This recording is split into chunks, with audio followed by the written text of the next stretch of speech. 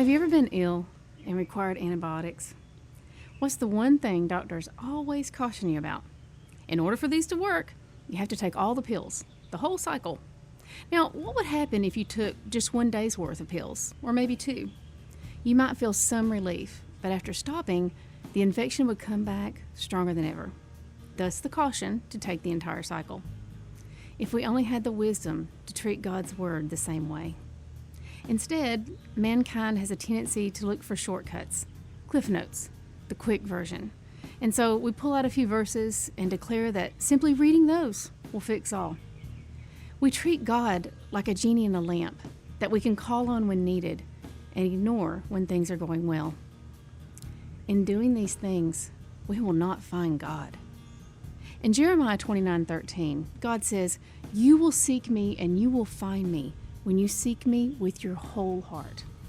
But when we only pull out a verse or two from time to time, or set aside a couple of hours to go to church one day a week and then just put him back on the shelf and go about our lives, these are half-hearted attempts, if even that. The fact remains, we can't claim to live by his word, and we can't really know him and understand how to worship and follow him if we don't take the time to read it.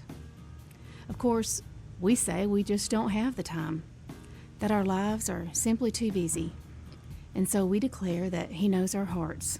Boy, is that true. He knows that we make time for what's important to us. He sees the time we make for Facebook. He sees the hours we set aside each week for our favorite TV shows. He sees the glory we give to our favorite football team, political party, or how hard we will work to have a little extra time for our beloved hobbies. He sees the energy we put into glorifying everything under the sun, except him.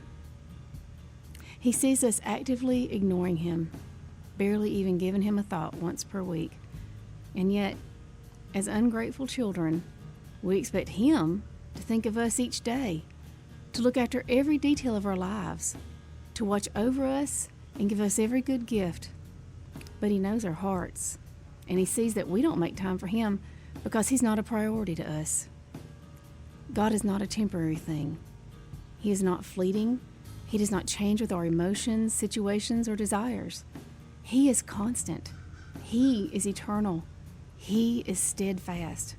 But we often treat him like a drive-through restaurant, ordering up what we need, checking out the bag to make sure it's all there, and then driving off until we're hungry again.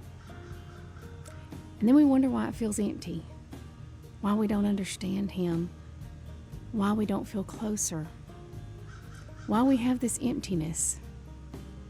And so we turn to people who encourage us to do some easy thing that promises fast results. Just read this psalm. Just say this prayer. Meanwhile, he is lovingly waiting for us to come home to him. You will seek me and you will find me when you seek me with your whole heart. You know, the best parts of the Bible are Genesis 1 through Revelation 22. If he is truly our God, we will come to realize that reading a book in which he speaks is a great blessing. Half-hearted seeking will never yield wholehearted results. If we want Yahweh to be our first line of defense, we have got to stop treating him as a last resort. You can't live by it if you've never read it. It's time. Until next time, I love y'all. Bye-bye.